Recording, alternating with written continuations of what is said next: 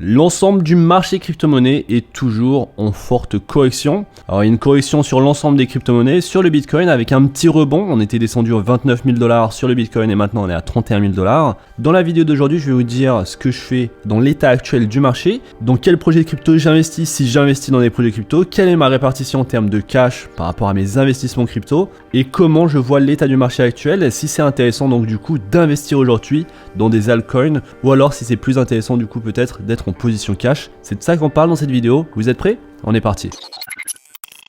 Salut à tous et bienvenue dans cette nouvelle vidéo. Aujourd'hui on va parler des crypto-monnaies, des deux projets crypto dans lesquels j'ai investi ou dans lesquels j'ai la plupart de mes investissements et pourquoi je n'investis pas finalement, pourquoi je n'investis pas dans des projets, dans des altcoins. Je vais vous dire ça dans cette vidéo et on va aller finalement à l'essentiel dans cette vidéo. Je vais vous donner mon opinion sur l'état actuel du marché, sur ce qui pourrait se passer sur les prochaines semaines, les prochains mois et quels sont les indicateurs à surveiller pour un retour sur une altcoin season. Avant de commencer, comme d'habitude, je compte sur vous pour liker la vidéo, pour vous abonner à la chaîne. Également, n'hésitez pas à me rejoindre sur le club Meta Investor, mon projet NFT qui vous permet d'avoir un accès à un groupe privé d'investisseurs. Sur ce club, vous aurez l'occasion de parler de bourse, de crypto, de NFT, de metaverse, de play to earn, même d'immobilier. La vente des NFT sur ce mois de juin va s'ouvrir très rapidement, donc je vous invite à rejoindre le Discord. Le lien est dans la description et on est parti tout de suite pour cette vidéo. Alors voyons un petit peu les niveaux sur le Bitcoin. Depuis le 11 novembre 2021, le Bitcoin est en chute depuis son sommet historique à 68 000 $ pour maintenant être à un niveau de 31 600 $.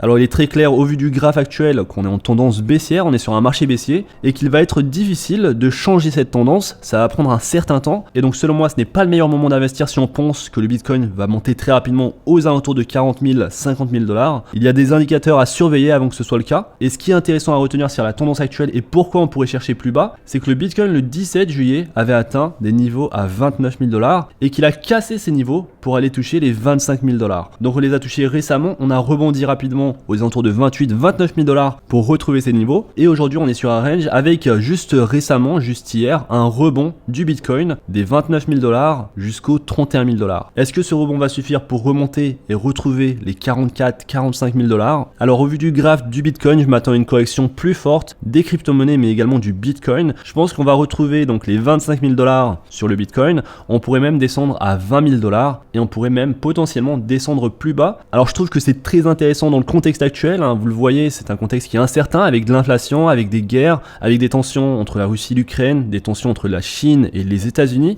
On a une inflation qui n'est pas très facile à contrôler et donc personnellement, si j'investis actuellement dans le marché, ce qui n'est pas le cas actuellement, si j'investis dans le marché, j'attendrai d'avoir des sommets historiques très solides et donc un niveau que je surveille sur le Bitcoin, c'est le niveau des 20 000 $. C'était le dernier sommet historique de 2017. Si on touche ce sommet historique, je pense que c'est un bon point d'entrée pour un investissement long terme sur du Bitcoin. Et donc voilà d'ores et déjà le premier niveau que je surveille, le niveau des 20 000 $ sur le Bitcoin. Alors le marché des crypto-monnaies, c'est un marché qui n'est pas très mature, c'est un marché très jeune encore, avec une petite valorisation. Et donc c'est important de se protéger, de savoir se protéger. C'est bien de regarder ce qui s'est passé historiquement. C'est également bien de toujours penser qu'on peut descendre plus bas que des niveaux historiques. On pourrait potentiellement, s'il y a énormément de négativité ou qu'il y a un événement totalement hors de notre contrôle, on pourrait descendre en dessous des 20 000 $. Personnellement, 20 000 $, c'est un bon point pour entrer sur le Bitcoin. Et en dessous, j'investirai encore plus, je ferai du DCA. À noter qu'en juin et juillet 2019, le sommet historique était aux alentours de 13 000 $ pour le Bitcoin. Donc on pourrait toucher les 20 000 $, on pourrait descendre même jusqu'à 13 000 $, ce serait possible. Et donc voilà le premier niveau que je surveille, le niveau des 20 000 $. Je pense qu'on pourrait potentiellement l'atteindre. Alors sur l'Ethereum, on a également fait un plus bas par rapport au niveau de janvier 2022. En effet, en janvier 2022, on avait touché les 2152 $ et on a cassé cette ligne pour aller toucher les 1700 $. Et donc maintenant, cette ligne des 1700 $ sert de support. Et à la différence du Bitcoin, l'Ethereum a retesté ce niveau et a rebondi depuis ce niveau pour maintenant être aux alentours de 1900 $. Et donc ce qui est important ici à noter, c'est ce niveau des 1700 $. Si on vient à le casser, on pourrait descendre aux alentours des 1300, 1400 $ pour l'Ethereum. Alors on le voit également ici sur le stock RSI, on est presque en zone de survente. Et donc sur les prochains jours, je m'attends également à voir le stock RSI descendre. Sur le EMA Ribbon, on voit qu'il vient toujours toucher, mais sans jamais traverser ce fameux ruban. Sur le Bitcoin, on vient travailler le ruban. Et ce qui est important à noter, c'est qu'on n'a pas retesté les 25 000 $ alors qu'avec l'Ethereum, on l'a retester. Alors on va comparer la correction qu'on a eue sur le Bitcoin et sur l'Ethereum, que je considère comme deux projets crypto à garder sur le long terme. Je pense qu'on ne peut pas vraiment classer l'Ethereum comme étant un altcoin. Je pense qu'il se différencie à part entière des autres crypto-monnaies. Et donc pour moi, les deux projets les plus solides et les deux projets dans lesquels il est intéressant du coup d'investir, ce serait le Bitcoin et l'Ethereum aujourd'hui dans le marché actuel. Et donc si on prend les niveaux atteints du 2 avril jusqu'à aujourd'hui, c'est une chute de 35% pour le Bitcoin. Lorsqu'on va prendre l'Ethereum et qu'on va jouer sur les mêmes niveaux, on est sur une chute de 45%. Donc le Bitcoin, c'est un actif qui est plus safe, qui va corriger moins fortement que l'Ethereum. C'est également l'actif qui a la plus grosse valorisation. Et lorsqu'on va prendre des altcoins comme par exemple Solana, la correction sera bien plus forte avec une correction de 68%. Pour le projet Elrond de token EGLD, c'est une correction de 63%. Pour le projet Polkadot, c'est une correction de 56%. Alors Cardano surprend tout de même par rapport aux autres projets crypto, car il travaille le EMA Ribbon. Je m'attends tout de même à une correction sur le projet Cardano sur les prochains jours. Mais c'est intéressant de noter un fort rebond de la part du projet Cardano par rapport aux autres projets crypto. C'est le seul projet du top 10 qui a une telle réaction. Et donc depuis son sommet jusqu'au prix actuel, on est sur une correction de 49%. Alors sur des projets comme Phantom de token FTM, on est sur une correction de 76% depuis le 2 avril. Et sur le projet Polygon Matic, on est sur une correction actuelle de 63% par rapport au 2 avril. Et donc vous le voyez, sur les crypto-monnaies, sur les altcoins, on a une très forte correction, alors que sur le Bitcoin, on est sur une correction de 35%. Et donc c'est pour ça que la valeur refuge, la valeur finalement à surveiller dans l'état actuel du marché, ça va être le Bitcoin, et on peut également ajouter l'Ethereum. Et ce sont sur ces deux actifs que j'ai la plupart de mes investissements aujourd'hui. Une grande partie sur le Bitcoin, une autre partie sur l'Ethereum et principalement sur des NFT. Donc c'est encore plus spéculatif du coup, car sur les NFT en ce moment, sur les NFT du réseau Ethereum, sur le marché OpenSea, les niveaux de transactions ont bien ralenti. On est aujourd'hui sur des volumes journaliers très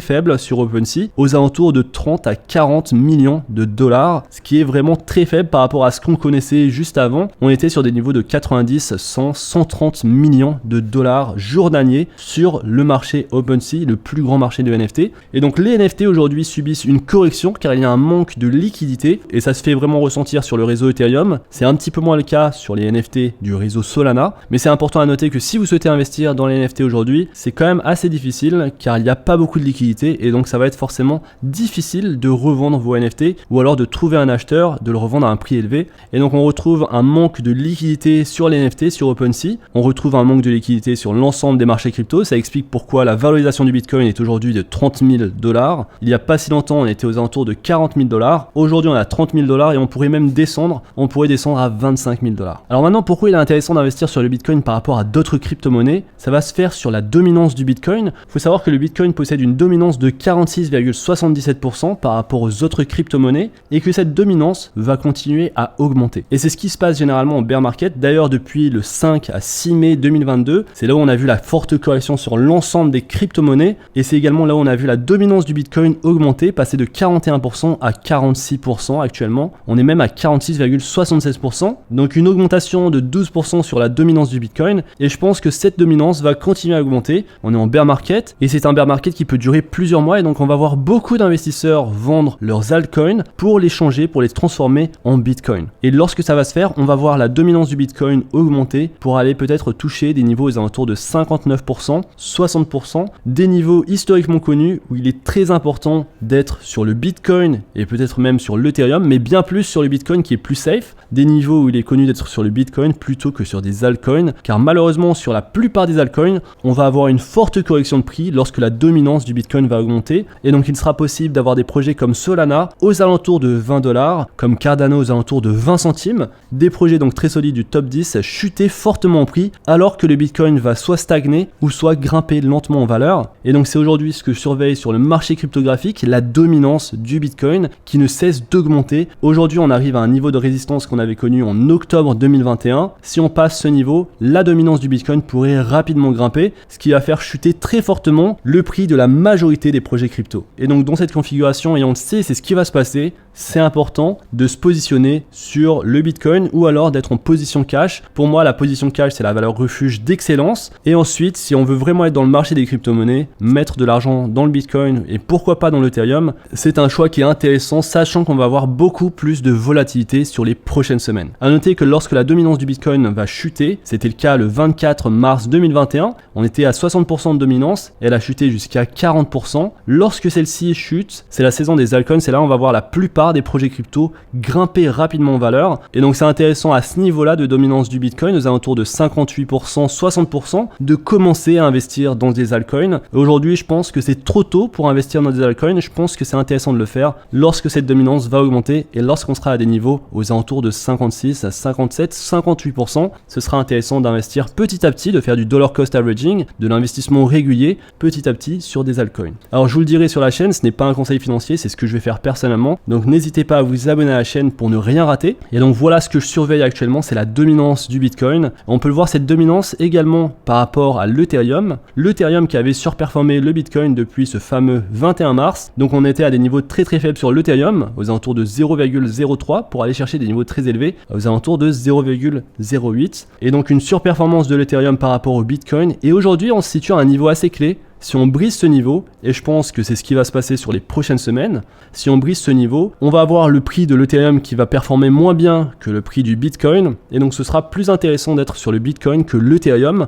Et donc le Bitcoin, ça reste tout de même la valeur la plus safe si on souhaite investir dans les crypto-monnaies. Cela étant dit, je pense tout de même que la valeur la plus intéressante aujourd'hui, ça reste tout de même le dollar, les stablecoins. Alors je ne recommanderais pas le USDT, je vous invite à regarder ma dernière vidéo sur le sujet, mais d'autres stablecoins comme le USDC ou alors le BUSD. Avoir beaucoup de cash dans le marché actuel, c'est très important car on se situe à des niveaux où le marché cryptographique pourrait rapidement basculer et c'est à ce moment-là où on va obtenir les meilleures opportunités. Et donc voilà pour cette vidéo, ne vous faites pas avoir par les rebonds techniques qu'il peut y avoir sur des crypto-monnaies. Je sais qu'on va voir des petits projets crypto prendre de 15 à 20%. Ne vous faites pas avoir si vous souhaitez investir sur le long terme sur les crypto-monnaies, sur des altcoins. Je vous invite à vous renseigner sur l'état actuel du marché, à regarder ces niveaux importants sur la dominance du Bitcoin, le fait qu'on est sur un bear market qui va durer plusieurs mois et finalement le fait que la façon de se protéger de ce marché, c'est de posséder une forte position en cash et également d'investir dans deux projets principalement, le Bitcoin et l'Ethereum. Alors vous le savez sur la chaîne, j'aime beaucoup les altcoins, que ce soit le projet Elrond, le projet Solana, le projet Cardano. Je pense qu'on va avoir justement des niveaux bien plus intéressants sur les prochaines semaines, peut-être prochains mois sur ces projets.